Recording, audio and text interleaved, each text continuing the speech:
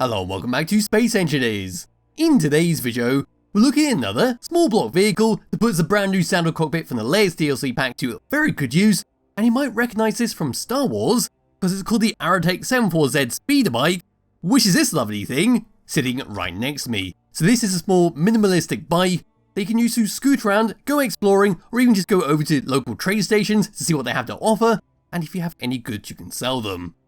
So pressing F10 to find this in the spawn menu, the speed bike is 68 small blocks using the Sparks of the Future and Automatons DLC pack.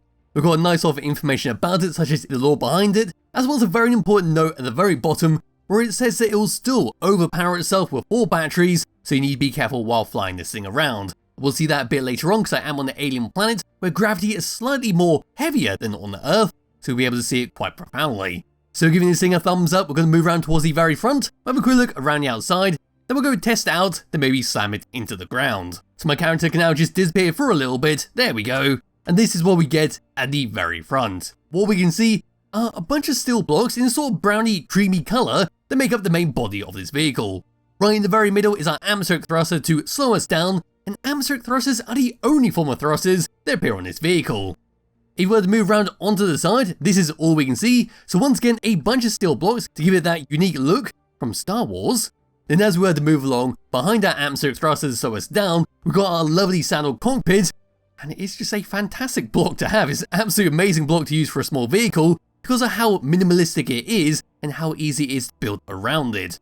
Yes, behind that we can see a battery to give it a bit of power, we can see some thrusters for our left and right, and then if we were to move towards the back here, we can see a couple thrusters to keep us off the ground with a sneaky gyroscope in between them.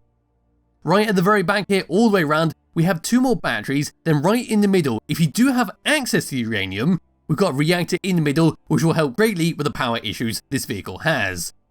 If we were to move all the way up and look down, I'll put my light off for the moment, there's our atmospheric thrusters with our gyroscope in the middle, and then just looking down, moving across, there's our battery, there's our saddle cockpit, and all the way over to here, there is our atmospheric thruster slows us down, with that long part all the way at the front. And I do want to come back to the cockpit right here, because this is what I mean by how compact and small it is. Just look how tiny that is. It's not very bulky, it's not very blocky, it's the thinnest part on this vehicle.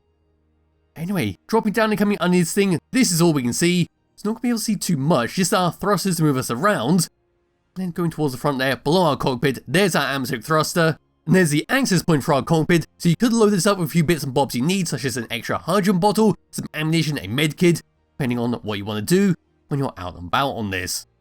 And there we are at the very front, and that's a quick look around the outside. So it's bloody fantastic how it's all been set up. It's a very small, very simplistic design, so you could get this up and running very easy in survival mode, barring of course the reactor at the back. And you could use this with a ore detector and go out and about scout for ore patches, or do like I said at the start, go to outposts and see what they have to offer. But now what I can do is just grab hold of my character, come all the way up to it, I forgot where I was there for a second, and now we can just hop inside it, and now put the dampers back on, and lift this thing up. So yes, as for the power thing, because we've got no controls to go through, if I was to move forwards and say start to move to the left, you notice that our power will go, and we will start to come down to the ground. It was to go above the treetops, do that one more time. Say we will come to a stop. Moving forwards, then moving left at the same time, you'll see that we will come down to the ground, so you do have to be a little bit careful while driving this thing around, which is why the warning is on the workshop page. But as for the overall controls, how fast this thing can go, moving forwards in first person view does look great. Yes, this thing is surprisingly fast. Coming to a stop, that's what we get, so we are about equal forwards and backwards, which is always nice to know when you're charging along towards the station or towards your base. Moving left and moving right should also be the same because we've got 1 thruster in each direction.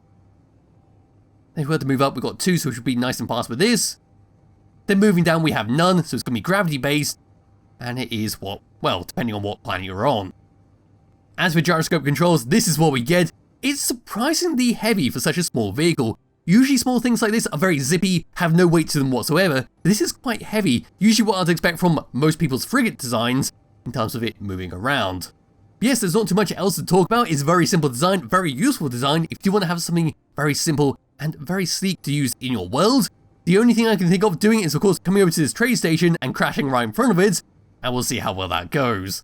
And here we go, there is the safety bubble of the outpost. What we're going to do is slam ourselves into the ground right next to it, and try to catapult myself right inside it, hopefully save myself and part the vehicle. So here we go, we're going to come all the way up to this, slamming into it, and it almost worked. We did the front flip, and we lost the front, but everything is still fully functioning. We can move back, left, right, up and down. So there we go. Thanks to the two prongs at the front, we can do a full-on collision and come away in one piece. But yes, that is that for this video. It's a lovely little vehicle to use in your world. There'll be a link to it in the description below if you wish to download and play around with it yourself. Highly recommend you do. And I'll be back with another video some point soon. Bye bye.